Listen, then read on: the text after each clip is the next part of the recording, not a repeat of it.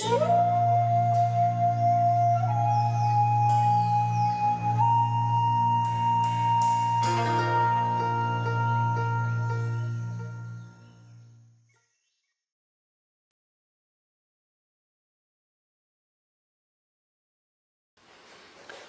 maintenant, je vais vous parler de mon travail et en quoi il vient nourrir, je dirais, ma mission de vie et mon sens, le sens de ma vie. Je vais vous parler de cela à travers un voyage qui est un grand classique pour moi, qui est le Pérou. Pour moi, Pérou, Bali, Inde, ça fait partie des musts du voyage spirituel et j'aime beaucoup le Pérou. Déjà cette terre est très très puissante, c'est une terre tournée vers le ciel, très haute en altitude, vers un ciel qui est très très bleu, très intense. Les personnes aussi sont très intenses, les Péruviens avec leur costume multicolore très péchu. Et j'aime beaucoup ce pays qui me semble béni des dieux avec ces lieux sacrés connus mondialement, Machu Picchu, Cusco, la vallée sacrée, le lac Titicaca et tous ces lieux sacrés Anka. J'ai eu le bonheur d'y emmener en groupe avec Ernesto Ortiz. Ernesto Ortiz est le leader aux États-Unis en matière d'initiation aux mémoires akashiques, c'est-à-dire il initie les personnes à accéder à leur propre mémoire akashique. Et c'est un travail vraiment exemplaire et que je recommande à chacun. Et le hasard, s'il y en a un, a fait que Ernesto s'est inscrit au tout premier voyage Oasis que j'ai organisé. Et j'ai vu arriver une inscription de quelqu'un là-bas, depuis l'Amérique du Nord, et je lui ai dit, mais le voyage que nous faisons, c'était à Bali, est un voyage francophone. Il m'a dit, il n'y a pas de souci, je comprendrai ce que je comprendrai, et je m'inscris quand même. Et tout le monde avait vu que Ernesto Ortiz, Don Ernesto Ortiz, avait quand même une sagesse particulière. Et le dernier jour, il m'a dit, écoute Eric, je vois comment tu travailles, j'aimerais que tu organises tous mes voyages. Et c'est comme ça que j'ai organisé les voyages d'Ernesto pour un public anglo-saxon. Et c'est comme ça que je me suis formé moi-même aux mémoires akashiques. Et ce travail-là a été pour moi, on va dire, de première importance, puisque à l'époque, eh bien, je créais mon entreprise et que cela m'a aidé à prendre les justes décisions, à faire les justes choix.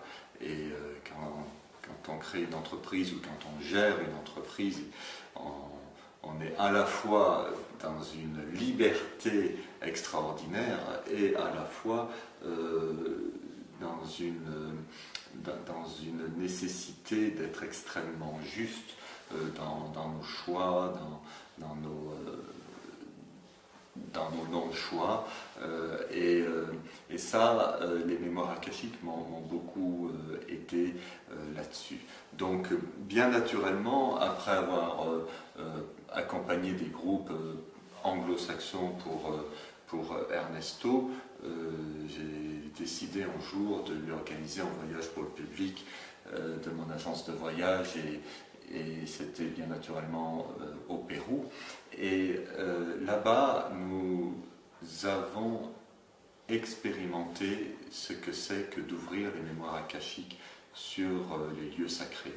Que ce soit des lieux sacrés très très connus, comme le Machu Picchu, la Titicaca, ceux que je viens de citer, ou des lieux sacrés peu connus, comme cette porte interdimensionnelle à Amaru, qui est proche du lac Titicaca, où il n'y a jamais personne, qui est un lieu assez peu connu, ou je dirais connu par les initiés.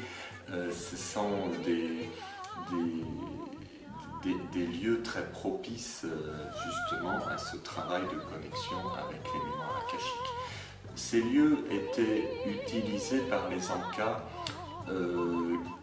comme des lieux de connexion terre-ciel. C'était comme ça que les appelaient les Incas, c'est-à-dire que dans ces lieux sacrés, par exemple ces cheminées d'énergie à Amaru, une main orientée vers le sol, une autre main orientée vers le ciel, et comme ça, ils faisaient leur méditation, leur prière, leur demande de purification.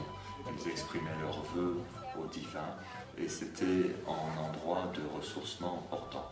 Aujourd'hui, j'ai reçu plusieurs témoignages de personnes qui m'ont dit à quel point le vœu qu'ils avaient déposé sur ces cheminées-là s'était concrétisé dans leur vie et parfois assez rapidement.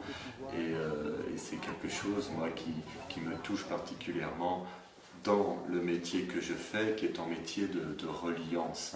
Au début, j'envisageais d'appeler mon entreprise Reliance, parce que finalement, je ne fais que relier les gens d'ailleurs avec les gens d'ici, et les relier dans la conscience, dans un espoir de grimper en niveau de conscience supplémentaire. Ce qui m'a beaucoup plu et ce qui m'a plutôt touché au Pérou, ce sont les rituels de pipe sacrée. Pour les chamans, c'est l'un des principaux rituels qui existent.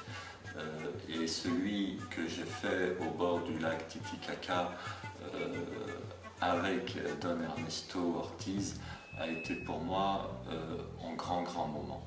Vous savez, il y a des endroits, il y a des lieux, il y a des moments où on a l'impression que tout est avec nous, le temps, le climat, la brise du vent, ce sentiment de présence incroyable où nous sentons que tout est parfaitement juste.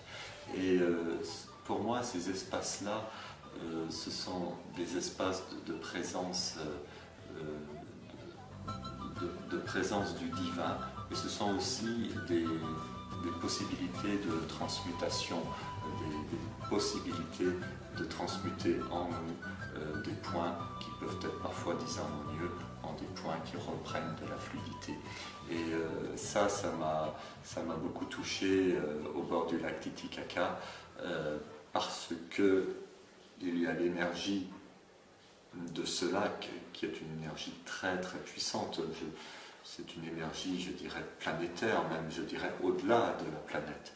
Et d'être là tout près des berges et sur les berges et de faire ce rituel hautement sacré pour les chamans de la pipe qui passe d'une personne à une autre a été pour moi l'un des grands moments de ma vie. Cela me touche beaucoup d'être quelque part, comme je m'appelle parfois un éclaireur d'expérience en conscience. Je pars mettre au point des espaces d'éveil qui après seront utilisés comme ils seront utilisés par les participants. Mais ça, c'est vraiment le grand sens de ma vie. Je me réjouis vraiment d'avoir pu trouver ma mission de vie et de grandir en faisant grandir les autres.